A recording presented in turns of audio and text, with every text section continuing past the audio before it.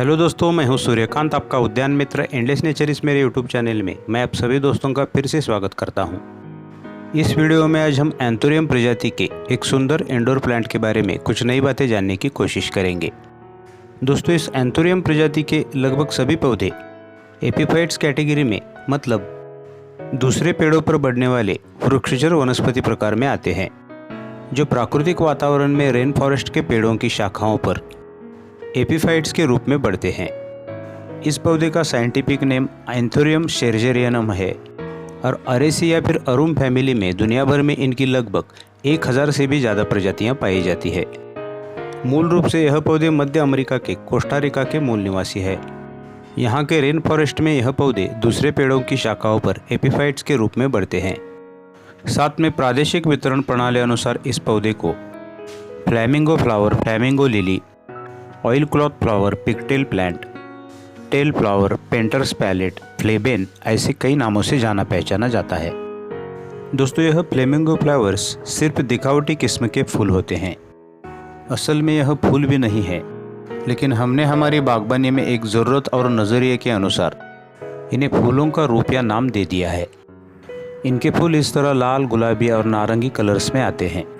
यह बहुत ही ग्लॉसी और हार्ट शेप्ड होते हैं। पौधे की ग्रोथ अनुसार आकार में यह लगभग 2 से 2.5 इंच डायमीटर में होते हैं और लगभग 4 से 6 हफ्तों तक प्लांट पर टिक सकते हैं। वैसे तो यह पौधे आदर्श वातावरण प्रणाली अनुसार ईयर राउंड फ्लावरिंग कर सकते हैं, लेकिन स्प्रिंग सीजन से लेकर गर्मियों के अंत तक इन पर काफ़ी अच्छी फ्लावरिंग होती है। इन फूलों का 2 से 3 मंथ के अंतराल में एक फ्लावरिंग पीरियड होता है, मतलब 2 से 3 महीने खिलने के बाद लगभग उतना ही ब्रेक लेकर इन पौधों पर फिर से फ्लावरिंग होती है।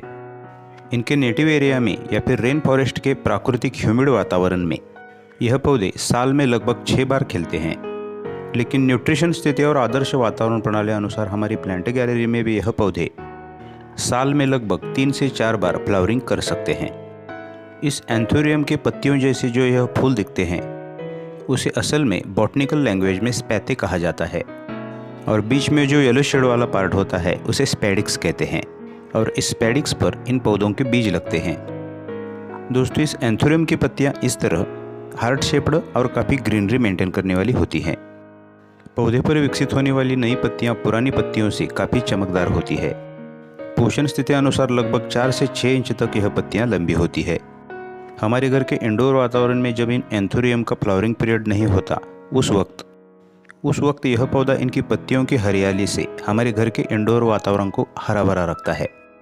सिमिलैरिटी में जिस बनारसी पान को हम मुखवास के तौर पर खाते हैं, ठीक उसी तरह आकार और रंग रूप में यह पत्तियां होती है। इन पत्तियों की ग्रीनरी और चार्मिंग बनाए रखने के लिए हम छोटे पानी के स्प्रे पंप से इन पर स्प्रे भी कर सकते हैं, और स्पंज या फिर कपड़े से इन पत्तियों पर जमी हुई धूल को हम साफ भी कर सकते हैं, जिससे प्रकाश संश्लेषण क्रिया बहुत ही अच्छी तरीके से होती है। नासा के रिसर्च के अनुसार इस एंथोरियम की पत्तियां हवा से टोल्यून, अमोनिया, फार्मलाडेहाइड और क्साइलिन जैसे विषाणु वायुओं को शोषित करते हैं। इसलिए यह पौधे हमारे घर के इंडोर वातावरण को शुद्ध रखने का बहुत महत्वपूर्ण काम करते हैं। दोस्तों, इन एंथोरियम के पौधों की सनलाइट नीड के बारे में देखा जाए तो यह पौधे प्राकृतिक वातावरण में या फिर रेन फॉरेस्ट में दूसरे पेड़ों पर फिल्टर्ड सनलाइट वाली स्थिति में या फिर सूरज की आंशिक छाया में और एक आदर्श उच्च आर्द्रता युक्त वातावरण में बढ़ते हैं। इसलिए इन पौधों को हमें आउटडोर बालकनीज में या फिर टेरेस पर नहीं लगाना है, क्योंकि सूरज की डायरेक्ट तेज़ किरणें या फिर हॉट सनरेज इनकी पत्तियों को जला सकती है, और जिससे आपका पूरा प्लांट खराब हो सकता है।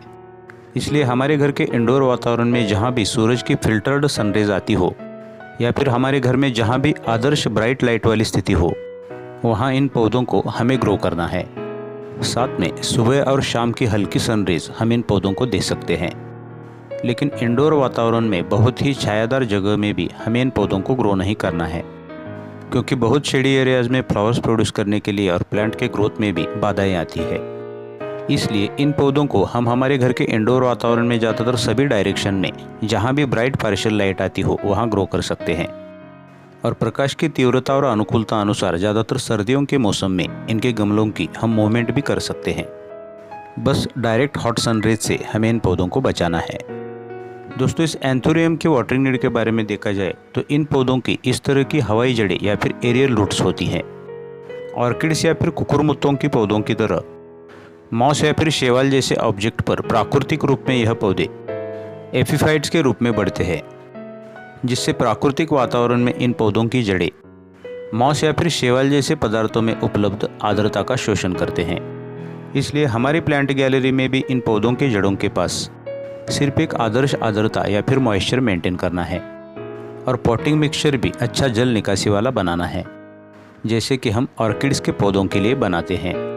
हम बेसिक पॉटिंग मिक्सचर के साथ उसमें परलाइट, पीट मॉस या फिर बागवानी कोयले का भी इस्तेमाल कर सकते हैं, जिससे पानी अच्छी तरह से ड्रेन आउट होकर गमलों से निकल जाने के साथ इनके जड़ों के पास एक आदर्श नमी मेंटेन रहती है। यह एपिफाइट्स कैटेगरी के पौधे हैं जो दूसरे पेड़ों के अंगों पर बढ़ते हैं, इसलिए इन पौधों को कभी भी ओवरहेड वाटरिंग ना करें। ओवरहेड वाटरिंग से इनके रूट्स गलने लगते हैं और पौधा खराब हो सकता है। बस हमें ऑर्किड्स के पौधों की तरह इनकी जड़ों के पास एक आदर्श नमी बनाए रखनी है। साथ में गर्मियों के दिनों में इन पौधों की वाटरिंग नीड थोड़ी सी मीडियम कैटेगरी में आती है, लेकिन सर्दियों का मौसम इन पौधों का डॉर्मेंसी पीरियड होता है। उस वक्त इन पौधों को हमें हल्का पानी देना है। इन पौधों की फर्टिलाइजर नीड के बारे में देखा जाए तो शुरुआती पॉटिंग मिक्सचर में किसी भी 1 पार्ट ऑर्गेनिक खाद को ऐड करना है, क्योंकि इस तरह इन पौधों की हवाई जड़ें सभी जगह फैलती है। इसलिए बार बार ऊपर से मोटी खाद देना या फिर गुड़ाई करना मुश्किल हो जाता है, और इसीलिए ज़्यादातर शुरुआती पॉटिंग मिक्सचर में ही हमें किसी भी 1 पार्ट ऑर्गेनिक खाद को ऐड करना है, जिससे वह स्लो रिलीज होने के साथ पौधों को लंबे देर तक हेल्दी रखता है। और ज़्यादातर सर्दियों का मौसम जो इन पौधों का डॉर्मेंसी पीरियड होता है, उसे छोड़कर इनके फ्लावरिंग के दौरान इनकी जड़ों के पास एनपी के बेस लिक्विड फर्टिलाइज़र का बेस मेंटेन करने के साथ हमें इन पौधों को फॉस्फोरस बेस लिक्विड फर्टिलाइज़र देना है। फॉस्फोरस बेस फर्टिलाइज़र से इन पौधों पर काफ़ी अच्छी फ्लावरिंग होती है। कीट के बारे में देखा जाए तो कभी कभार इंडोर वातावरण में इन पौधों पर मिलीबग्स या फिर एपिड्स दिखाई देते हैं। प्राइमरी स्टेज में उनके कंट्रोल के लिए हम नीम ऑयल या फिर देसी गाय के गोमूत्र का ऑर्गेनिक पेस्टिसाइड के रूप में इस्तेमाल कर सकते हैं। साथ में इन पौधों के पीले और डेड लीव्स को हम प्लांट से रिमूव कर सकते हैं, जिससे डिजीज के कंट्रोल में भी काफ़ी सहायता मिलती है। दोस्तों, विषाक्तता के बारे में देखा जाए तो यह एंथोरियम के पौधे थोड़े से विषैले होते हैं, क्योंकि इनकी पत्तियों वगैरह बॉडी पार्ट्स में कैल्शियम ऑक्सलेट क्रिस्टल्स पाए जाते हैं, जो निगलने पर या फिर ओरली कनेक्शन के बाद हमें और हमारे पालतू जानवरों के लिए थोड़े विषाक्त साबित हो सकते हैं। इन पौधों से निकला हुआ सैप त्वचा में जलन या फिर आंखों में जलन करने के साथ उल्टी दस्त जैसी शिकायतों को पैदा कर सकता है। इसलिए बच्चों को और पालतू जानवरों को हमें इन पौधों से दूर रखना है। और ज़्यादातर जिन बाग प्रेमियों को स्किन एलर्जी है, उन्हें हाथों में दस्ताने पहनने के बाद ही इन पौधों को हैंडल करना है। इन एंथोरियम के पौधों का प्रोपगेशन हम इनके शूट्स को डिवाइड करके आसानी से कर सकते हैं, क्योंकि हर शूट्स में इस तरह हवाई जड़ें बाहर की ओर दिखाई देती है। उन्हें अलग करके हम दूसरे प्लांट में इन्हें प्रोपगेट कर सकते हैं। साथ में इनके मैच्योर स्पेडिक्स में इनके बीज होते हैं, उन्हें भी कलेक्ट करके हम इन पौधों का प्रोपगेशन कर सकते हैं। दोस्तों, इन एंथोरियम के पौधों के फूलों की सुंदरता और एक यूनिक ब्यूटी के कारण प्यार और दोस्ती का सच्चा प्रतीक माना जाता है, और उसी के रूप में इन पौधों को एक दूसरे को गिफ्ट भी किया जाता है। साथ में इन एंथोरियम के फूलों को आदर सत्कार का प्रतीक भी माना जाता है, और इसीलिए हमारी इंडोर प्लांट गैलरी को एक सुंदरता प्रदान करने वाले इन फूलों ने रॉयल हॉर्टिकल्चर सोसाइटी का गार्डन मेरिट पुरस्कार भी जीता है। अच्छा, तो दोस्तों, अगर वीडियो अच्छी लगी तो वीडियो को लाइक, शेयर और चैनल को सब्सक्राइब करना ना भूलिए, और पास के बेल आइकॉन को भी प्रेस कर दें, जिससे आगे आने वाली वीडियोज़ की नई नोटिफिकेशंस आपको समय पर मिलती रहेंगी।